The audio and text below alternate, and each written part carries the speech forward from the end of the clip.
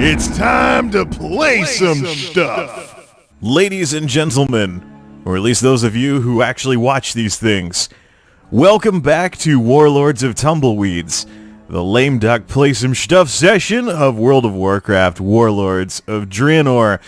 And we are getting very, very picturesque with Madame Lockhart here. No UI or anything, just admiring the beautiful Talador scenery. Anyways, speaking of whom, remember earlier she was a freshly minted 100? Well, it didn't take very long.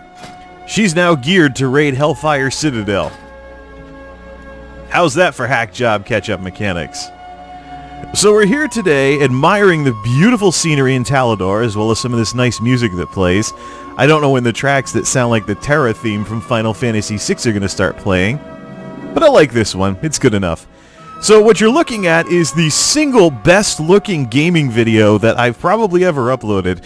We're doing this one in 1080-60, which is very bizarre for me. I usually upload things in 720-30, but we're here today to make a point. So I've been talking about gaming video hate, that social phenomenon on YouTube that instantly tanks views on gaming videos on variety channels. I've spent too much time explaining that it's a real phenomenon and that it exists. However, it's time to start pointing the cannon at folks who contribute to it, and we're here today to talk about gaming video cheaters. These are people who contribute to gaming videos being a guaranteed drop in views. Let's mount up on a flying mount and get ready to fly around Talador.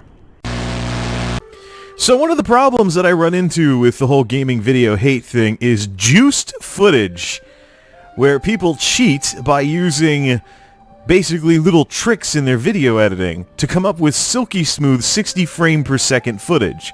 Unfortunately, the footage is, it's like those old video game commercials where the footage was described as graphics enhanced down in the fine print down in the corner.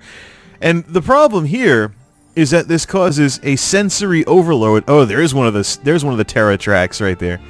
It causes a what the psychologists would call maybe a sensory overload or something like that, an overstimuli or something along those lines. But what happens is the doctored stuff becomes normal, while real gaming footage doesn't look as good, and people therefore don't like it as much. It's kind of like the problem with, say, young girls and self-confidence and stuff like that, when they don't know that a lot of the celebrity pictures in magazines are photoshopped. And so you get like tweens and teens and whatnot, they're not introduced to what reality really is. And so they think that something that's sometimes impossible to obtain is what they need to strive for. Now, I've heard of that lovely hunky-dory saying, shoot for the moon, so if you miss, you land among the stars, but people too easily forget the land among the stars part. And when it comes to gaming videos, we forget too easily that these... I killed the track by flying around too much. Oh well.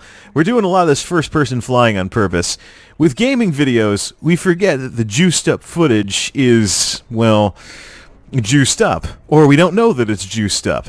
Now, I've been seeing some really nice videos from folks like Bellular Gaming, where everything looked a little too perfect. And then, Bellular blew his cover. He had some footage where a bunch of NPCs were running around and they were scurrying around like a Charlie Chaplin movie. And that's when I was like, aha! Now, I've encountered this phenomenon. We're flying around at 1080-60 here.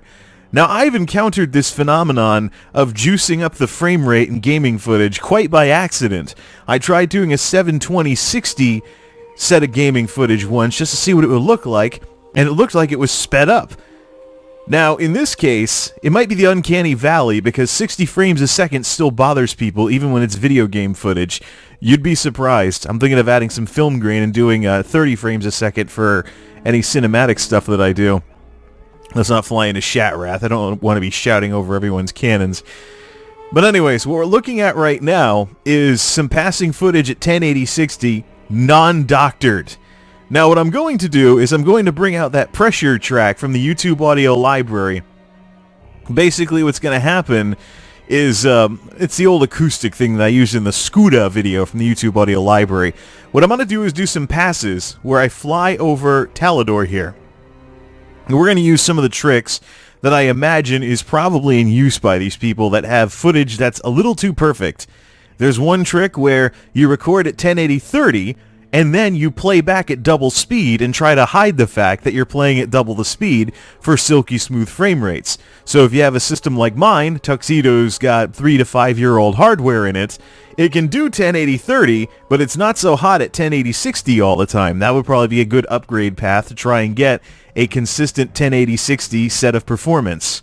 So, basically there's two ways to do this. You can record in 1080-30, then play back at double speed to juice things up to have silky smooth footage at 1080-60, or you can record at 1080-60 natively and then maybe speed it up by 1.5 times or so.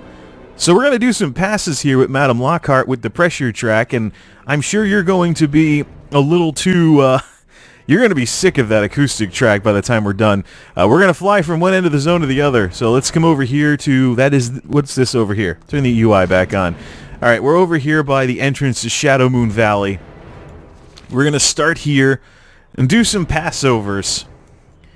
First, we're going to start here. We're going to do some passovers to record some footage flying from one end of the zone to the other. So we'll try not to hit Shatrath by aiming in the right direction early. So, first, you've already seen what this looks like, but I've been flying around in a circle. Let me show you what kind of path I have in mind. We're basically going to fly around as the sun starts to set on Talador and look slightly down. I'm going to get the mouse off the screen, and we're going to have something kind of like this. So this is the native footage at 60 frames a second. So we're going to basically fly in this general direction. What matters more, I'm probably not going to get the camera angle totally correct on this, and I might crash into a tree on this one, so we got to go up a little bit higher. There we go. But what I'm going to do is, what matters is notice how smooth the flight goes, because Bellular has these videos where everything is so silky smooth, it's insane. So, let's play around with this and let's show just how easy it is to cheese gaming footage and set the standard at something that won't actually exist if someone just turns on the game and plays it. Unless they have a monster computer that can keep 1080-60 going all the time. But even then, filling in the frames makes it even smoother. Well, we'll see how that all works here. So here is the footage, natively, without any doctoring going on. And now to abuse the heck out of the pressure track, we'll begin with one flyover where it was recorded at 1080-30 and then juiced up to 1080-60.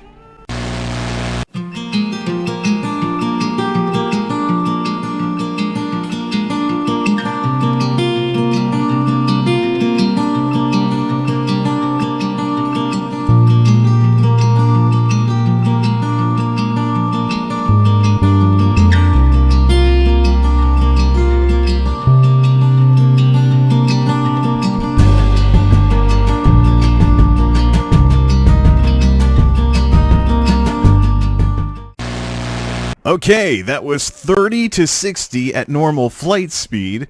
The next thing that we're going to test is we're going to record natively at 1080-60 and then speed things up to 1.5 times the speed.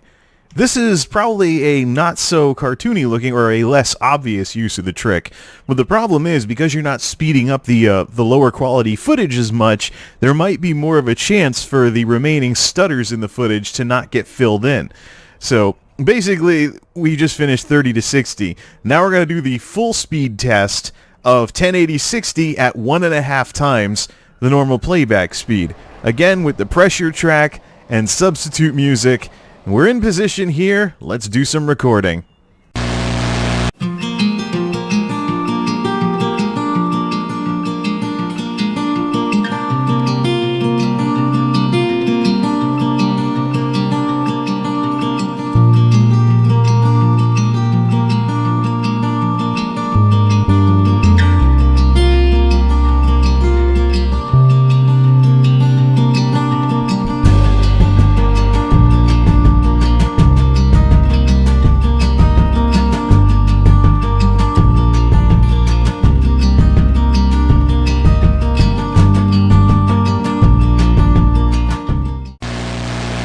Okay, we got a Terra track playing here. So that was 1080-60 at 1.5 times the speed. Now, one thing that you might have noticed while the footage was playing was it does look a little off. Because anybody who plays WoW probably knows how fast the mounts fly, and they'd be able to spot that something isn't right, that's a little faster than normal. Well, my friends, that's what slower mounts are for.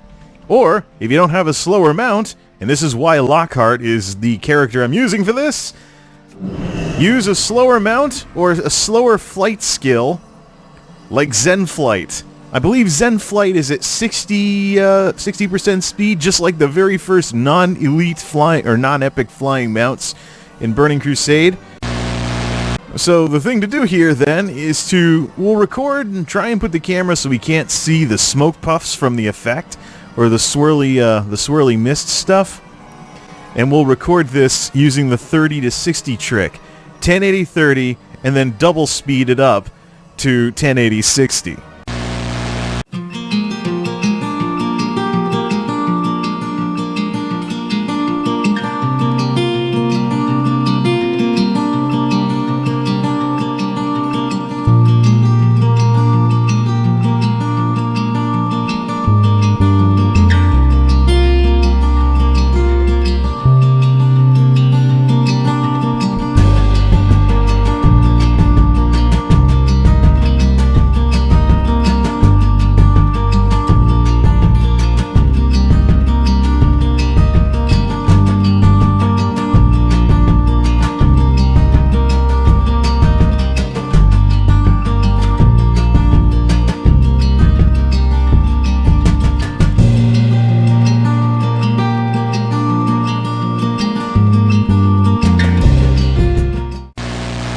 Okay, that's the 30-60 trick, and now let's use Zen Flight for the 60 at 1.5 speed trick.